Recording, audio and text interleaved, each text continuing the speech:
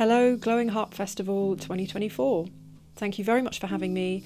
My name's Amy Turk, and Veronika Lemoshenko has sent me some of your questions, so I'm going to do my very best to answer them for you now and do a little bit of playing for you as well. So the first question that you asked is, if you're a harp student interested in getting into arranging and composing, where should you start? So personally, I would always recommend that you begin arranging by choosing a piece of music that you really, really love, and then analysing it to see what the structure is, what the chords look like, how do the hands work together to produce the melody and the accompaniment, and so on. It's a really cool new perspective on music that you enjoy, to get inside the notes and explore how that music translates when you play it on your instrument. I think once you've been through this process, you can really feel so much more connected to your favourite songs in a whole new way. When it comes to composing, if you have a will to write music of your own, I wouldn't worry so much about what your approach looks like. I would just start.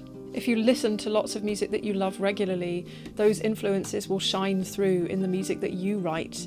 I don't think that's something that you need to try hard to do. I think it's just something that's within you already. I write little stories sometimes to create a framework for the song, and then I write the music to the story. It helps to have a story sometimes because then I have a theme to write the music to. Sometimes it works the other way round as well, where I write some music and then it conjures up a scene or a story in my head that inspires me to carry on. If you're surrounding yourself with things that inspire you, nature, art, music, whatever it is, then you can draw on that inspiration to create your music. So my advice is to start with the things that you love and have fun with it. Of course, you can also just play around with sound to start composing. Ask yourself, how many different ways can I play a string?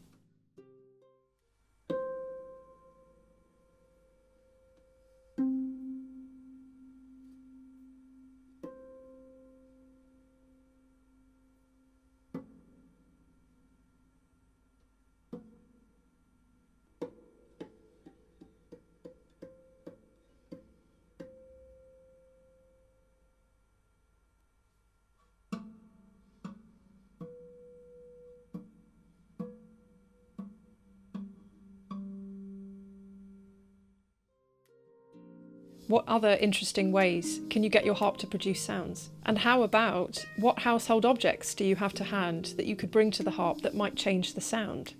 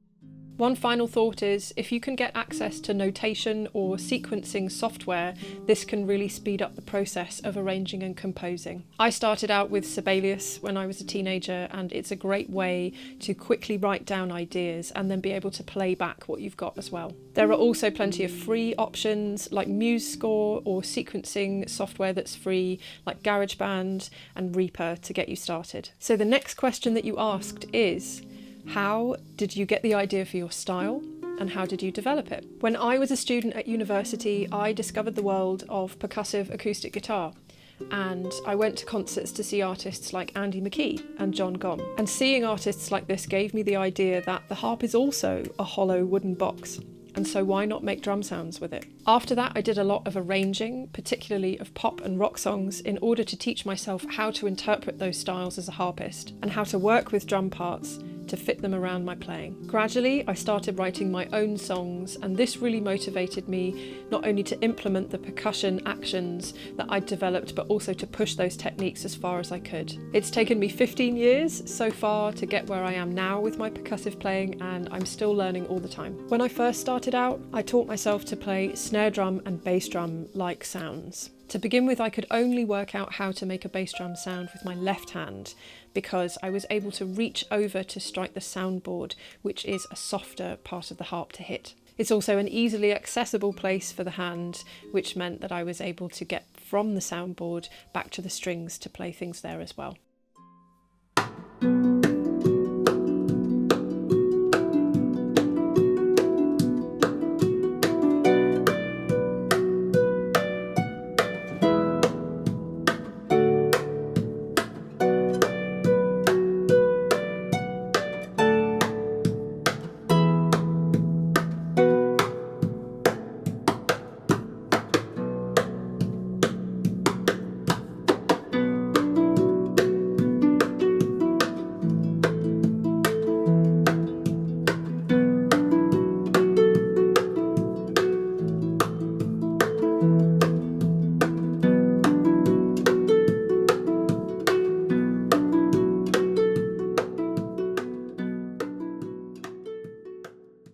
When I started to arrange a lot more pop songs, I decided to add more finger clicks into my playing as well, and this was the point where I realised that I could only click my fingers with my right hand.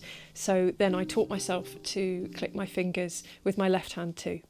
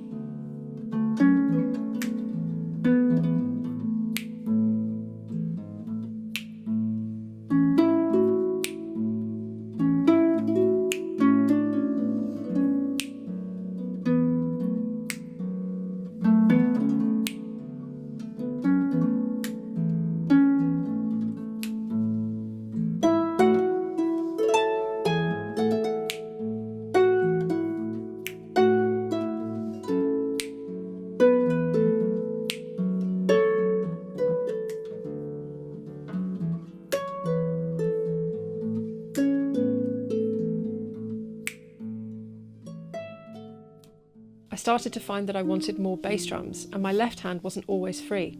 I worked out that if I used the same sort of technique, but I did it with my right hand on the back of the body of the harp, I could make a similar sound this way.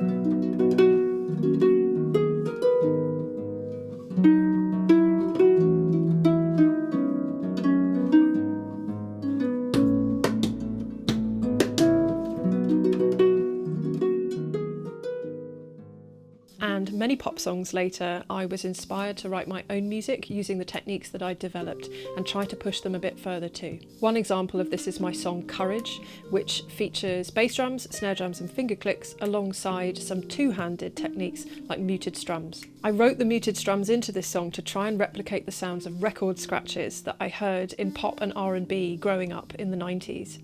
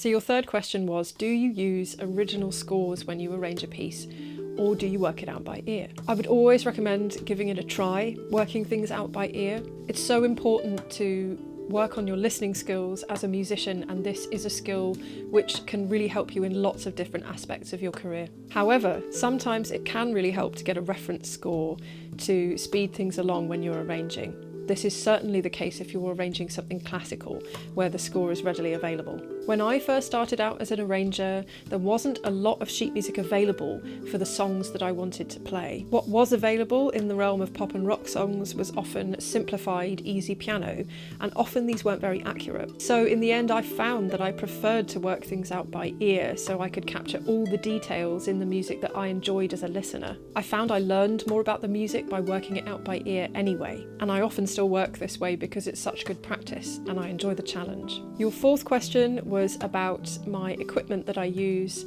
at home to record, and also what equipment I use when I'm performing live. In my home studio, I have a pair of Aston Spirit condenser microphones, which I use for remote sessions and for recording audio for my videos and other personal projects like my Syzygy EP. I record everything into Cubase using a Focusrite audio interface. I also like to use a bass drum microphone that I put under the harp in order to pick up more of the frequencies from the lower strings.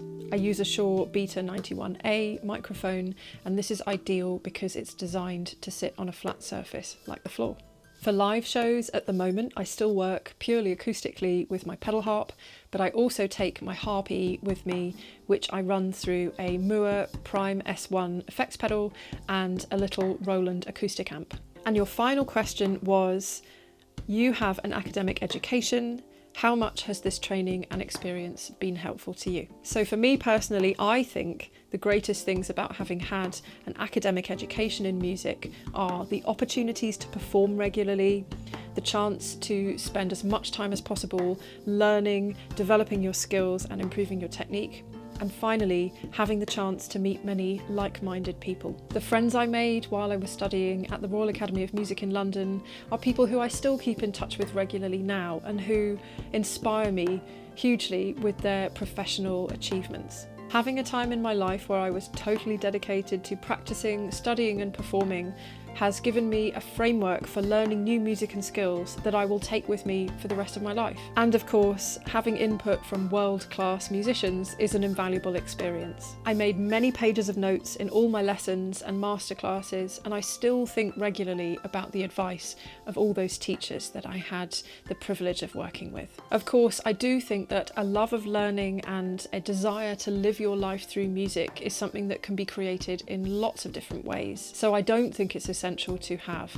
an academic background, and this pathway doesn't work for everyone. The important thing is that you're enjoying learning and playing, and that you're able to find your place in a community that you can share what you love about music and the harp with. So many harpists post their playing online now, and I think what's so amazing about that is that it's easier than ever before for us to connect with one another and raise each other up, celebrating each other's uniqueness and successes and achievements. So I hope you enjoyed hearing the answers to these questions. Thank you for asking such interesting questions, and thank you very much again, Veronica, for inviting me to participate in this year's Glowing Harp Festival. I hope you enjoy the rest of the events at this year's festival, and always remember to have fun with your harp.